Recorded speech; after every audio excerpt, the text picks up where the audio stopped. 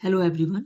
अपने last infertility के video में मैंने आपको उसके कुछ बेसिक ट्रीटमेंट के बारे में बताया था, जिसमें कि हम लोग पेशेंट को सेकेंड डे बुलाते हैं और उसको अंडा बनने की दवा लिखते हैं। यूजुअली फीमेल पेशेंट पे जैसा मैंने बताया था कि एक बार में एक ही एग बनता है, लेकिन जब हम इनफर्टिलिटी का ट्रीटमेंट करते हैं तो उसको हम उसके एग्स बढ़ाने की दवा लिखते हैं, जिसको कि ओवुलेशन इंडक्शन कहते हैं।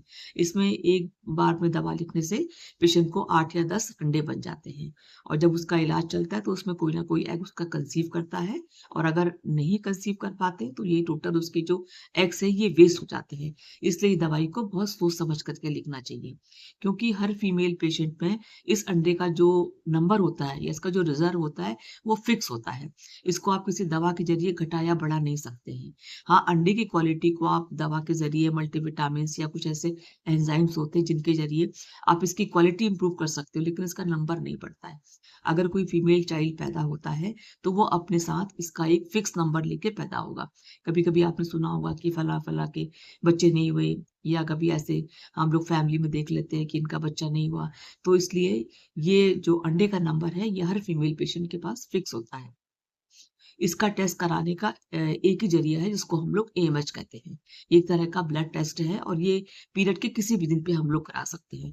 यूजुअली तो पेशेंट में नॉर्मली नहीं कराते हैं, लेकिन अगर हमको लगता है कि पेशेंट की एज 35 है या वो कई जगह से इलाज करा के अपना आ रही है, तो ये देखने के लिए कि अब उसके पास कितने नंबर ऑफ एग्स बचे हैं, उसको दवा आगे फ़ायदा करेगी या नहीं।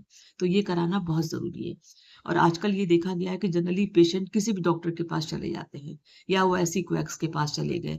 तो इन लोगों को ज़्यादा आइडिया तो होता नहीं है कि भई कब कौन-सी जाँच कराने के बाद आपको ये ओवुलेशन इंडक्शन देना है। पता लगा कि पेशेंट का आपने हस्बैंड का टेस्ट नहीं कराया, और पेशेंट का बीच में उसका हार्मोन इम्बैलेंस निकल आया, और पेशेंट आप और डॉक्टर ने शुरुआत से उसको एक्स बढ़ाने की दवा लिख दी। तो पहले तो उसका जो भी बेसिक ट्रीटमेंट है उसको ठीक करिए, उसका थायरॉइड ठीक करिए, उसके हस्बैंड की रिपोर्ट ठीक करिए, तब तो उसको आप अंडे बढ़ाने की दवा लिखे, तब तो फ़ायदा करेगी।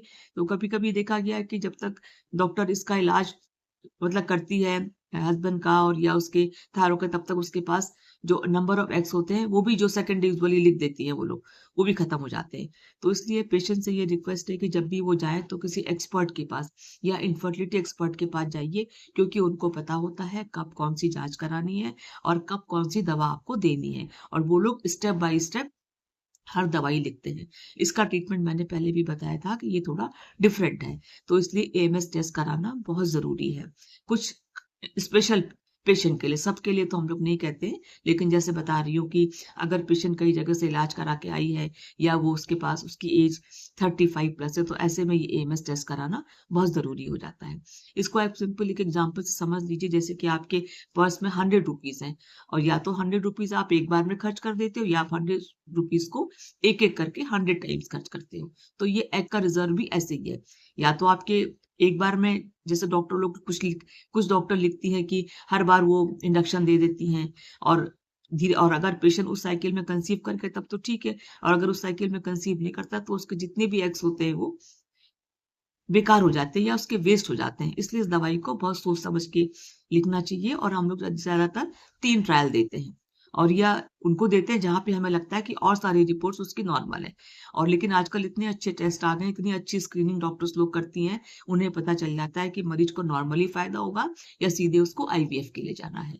तो ये बहुत छोटी-सी जानकारी है, बट बहुत ज़रूरी है कि पेशेंट का एएमएच लेवल क्या है, उसके पास उसका एग रिज़र्व कितना है, तो वो नॉर्मल ट्राई करे या सीधे आईवीएफ के लिए जाए।